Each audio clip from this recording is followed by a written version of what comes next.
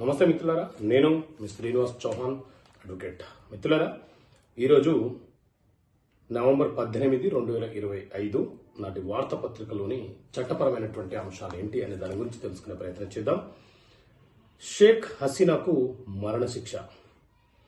బంగ్లాదేశ్ అంతర్జాతీయ నేర ట్రిబ్యునల్ కీలకమైనటువంటి తీర్పు. షేక్ హసీనా బంగ్లాదేశ్ ప్రధానమంత్రిగా పనిచేసినారు. గత ఏడాది క్రితం అక్కడ జరిగినటువంటి అల్లర్లకు ఆమె ప్రోత్సహించారని, హత్యలు చేయమని ఆదేశాలు ఇచ్చారని, నేరాలకు వెనకుండి ప్రోత్సహించారని అక్కడి ట్రిబ్యునల్ ఆమెకు మరణశిక్ష విధిస్తూ తీర్పునివ్వడం జరిగింది. అలాగే షేక్ హసీనా భారత్కు పారిపోయి వచ్చినదని, ఆమెను తమకు అప్పగించాలని కూడా ఆ దేశం యొక్క ట్రిబ్యునల్ కోర్టు తీర్పునివ్వడం జరిగింది. సో ఒక దేశ ప్రధానమంత్రికి మరణశిక్ష విధిస్తూ కొన్ని దేశాల్లో ఈ రకమైనటువంటి తీర్పులు వస్తూ ఉంటాయి. సో నేరం యొక్క తీవ్రతను బట్టి ఎవరైనా సరే శిక్షార్హులే అనేది ఈ తీర్పు యొక్క సారాంశంగా చెప్పొచ్చు. సో మన దేశంలో బిఎన్ఎస్ అలాగే బిఎన్ఎస్ఎస్ అనే క్రిమినల్ చట్టాలు ఉన్నాయి.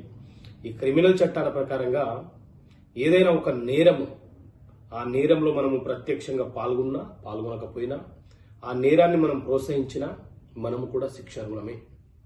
కొంతమంది నేరంలో డైరెక్ట్గా పాల్గొనరు, కానీ నేరం చెయ్యమని చెప్పి ఆయా వ్యక్తులను ప్రోత్సహిస్తూ ఉంటారు.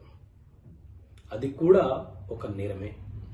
మన దేశంలో ఉన్నటువంటి క్రిమినల్ చట్టాల ప్రకారంగా మరణశిక్ష ఏ సందర్భాల్లో విధించడానికి అవకాశం ఉంటుంది అంటే, కిడ్నాప్ చేసి, రేప్ చేసి, హత్య చేసిన, అలాగే మైనర్ పిల్లల మీద అత్యాచారాలు చేసి వాళ్ళను చంపివేసిన, లేదా ఒక ప్రణాళిక ప్రకారంగా ఒక ప్రణాళికతో ఎవరినైనా మర్డర్ చేసిన, కిడ్నాప్ చేసిన, ఒక సమూహము, ఒక గ్రూప్ ఆఫ్ పీపుల్ కొంతమంది మీద దాడి చేసి, కత్తులతో, ఆయుధాలతో దాడి చేసి వాళ్ళని చంపే ప్రయత్నం చేసిన, చంపిన, సో ఇలాంటి సందర్భాలలో మన దేశంలో బిఎన్ఎస్ఎస్ అలాగే బిఎన్ఎస్ చట్ట ప్రకారంగా తీవ్రమైనటువంటి నేరంగా పరిగణించి వారికి మరణశిక్ష విధించే అవకాశం ఉంటుంది.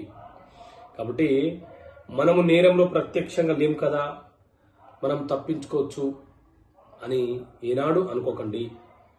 నేరం చేసిన వాళ్ళకంటే ప్రోత్సహించిన వాళ్ళకు కూడా శిక్ష ఉంటుంది. ఓకే మిత్రులారా, థ్యాంక్ యూ. అలాగే చట్టపరమైనటువంటి అంశాల మీద మీకు అవగాహన కల్పించడం కోసం ఈ పుస్తకాన్ని మీ ముందుకు తీసుకొచ్చాను. చట్టపరమైన సమస్యలకు పరిష్కారాలు. ఈ పుస్తకం